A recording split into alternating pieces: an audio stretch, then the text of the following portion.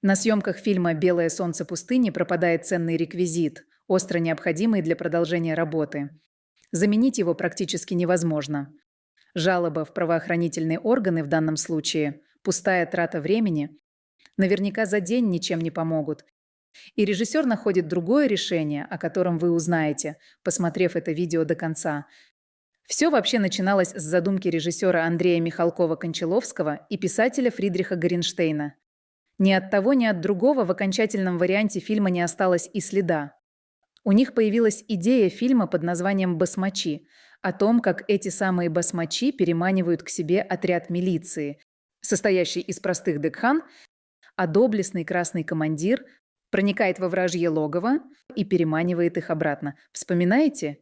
Нет?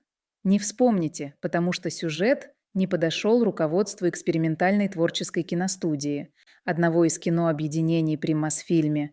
И Михалков, Кончаловский, начал придумывать новый вариант сценария, уже вместе с Валентином Ежовым и Рустамом Ибрагимбековым.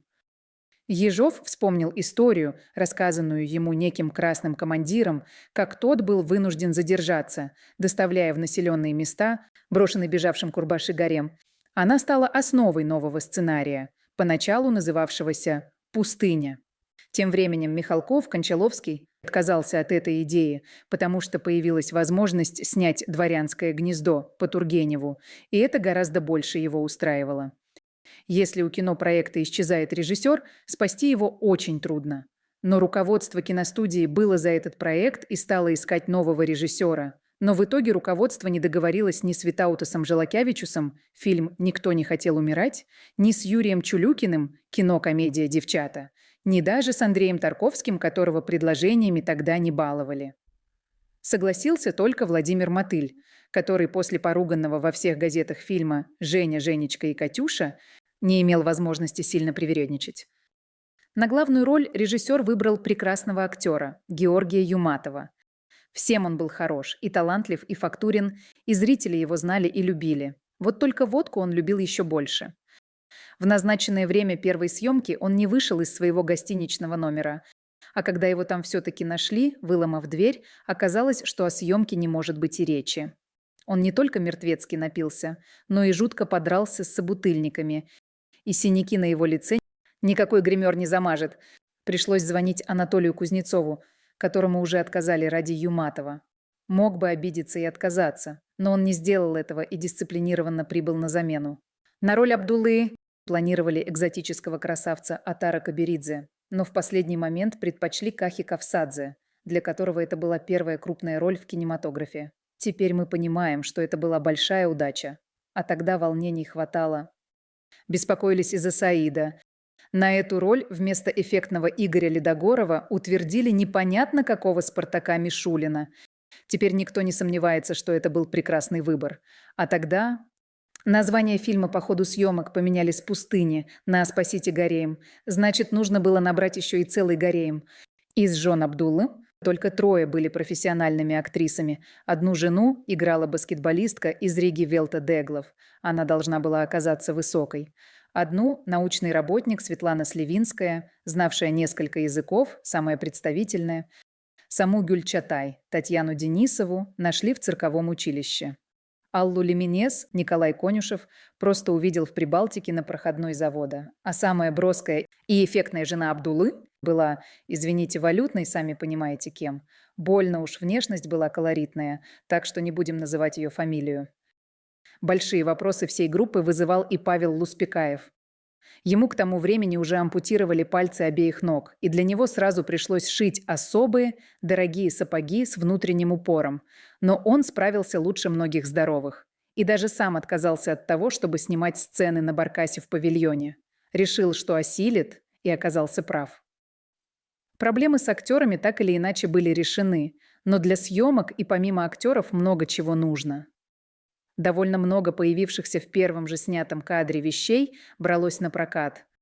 Прялка – рубль в сутки, самовар – 2 рубля в сутки, корова – 3 рубля на 6 дней, да еще и корми ее, актрису такую. Мотылю непременно нужно, чтобы вокруг дома Верещагина для красоты и романтичности ходили павлины, а эти птички тоже чуточку дороже кур. чтобы сыграть банду Абдулы. Из Москвы привезли конный взвод знаменитого московского кавалерийского полка, который ввиду отсутствия на данный момент военной необходимости в кавалерии только на кино и работал, снявшись уже во многих прославленных фильмах. Само собой, с лошадьми, но этого мало. Для колорита из Средней Азии в Дагестан, где проходили съемки, пригнали еще несколько верблюдов. Слоны, к счастью, не понадобились. Чтобы обозначить время действия фильма, понадобился и ряд предметов, которые сейчас не сразу и найдешь.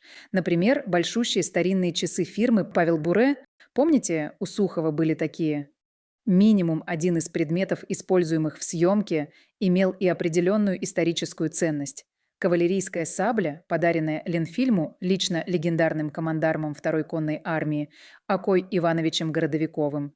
Реквизит, конечно, хранился в специальном помещении, к нему даже сторож был приставлен. Однако ночью сей страж порядка спал, как сурок, полностью уверенный в том, что вся эта рухлядь даром никому не нужна. Однако местные провинциальные работники «Ножа и топора» были уверены в том, что столичная киногруппа без несметных ценностей по съемкам не ездит.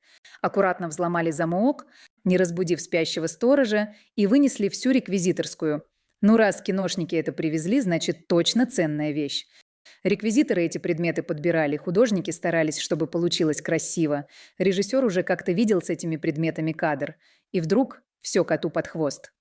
Чтобы продолжать съемки, надо найти украденное. А много ли шансов, что местная милиция поможет? Сами понимаете. Местные участники съемочной группы подсказали режиссеру другой путь. Да и сам Владимир Мотыль, проведший несколько лет в детдоме, понимал, что так вернее. Главного в этом городке криминального авторитета, разумеется, знали многие. Если бы удалось его заинтересовать, он бы мог реально помочь, в отличие от милиции. Но как этого? Достаточно молодого человека, всего 26 лет, по имени Али, хорошо местным жителям известного, уговорить помочь?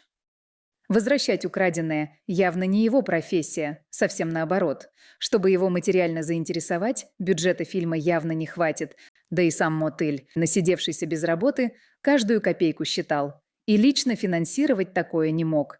Чем же его припугнуть, а? Он при первых попытках в лицо рассмеется. И вообще, как бы еще хуже не вышло, может быть, попытаться его уговорить. Не те это люди, преступные авторитеты, чтобы с ними такой номер вообще проходил. Есть еще какие-то идеи. Идея у Мотыля нашлась? Нестандартная и очень неожиданная. Он предложил авторитету вещь, которую он не то что не мог получить, даже не представлял, что такое мыслимо и возможно. Ничего не говоря о своих проблемах, он рассыпался в похвалах его характерной внешности и предложил ему сняться в его фильме, сыграв одного из джигитов Абдулы. Тот пришел от этой идеи в бурный восторг и с радостью согласился. Такие ребята вообще часто бывают достаточно тщеславны. Возможность попасться на глаза миллионам его обрадовала даже без того, чтобы приступать при этом закон. Мотель чуть умерил его восторг, мол, уже завтра бы начали съемку, да вот какие-то гады реквизит украли, пока не найдем, снимать не можем. «Это не я, это Махмуд, собака такая!» – возмущенно воскликнул будущий суперстар.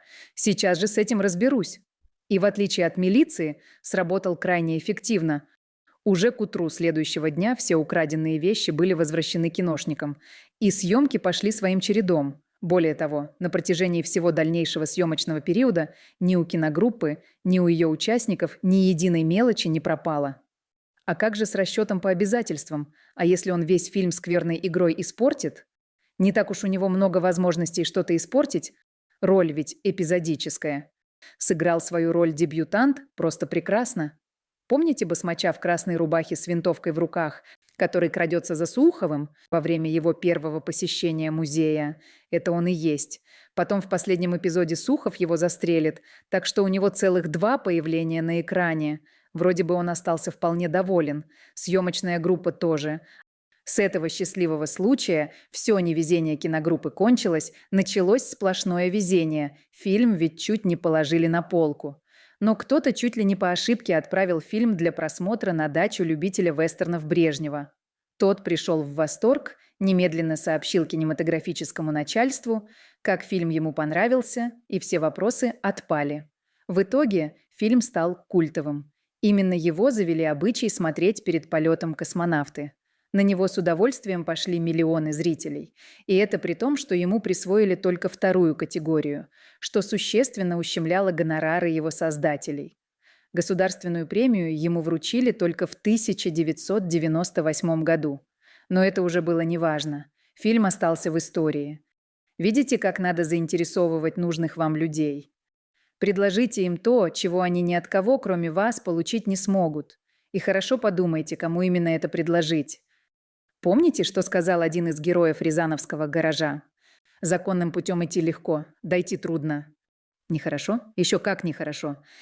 Фильмы вроде «Белого солнца пустыни» рождаются раз в поколение. Из боли, таланта и невероятного везения. Поддержите видео лайком, чтобы как можно больше людей узнали, какой ценой создавались легенды нашего кино. Подписывайтесь. Впереди еще много интересных историй.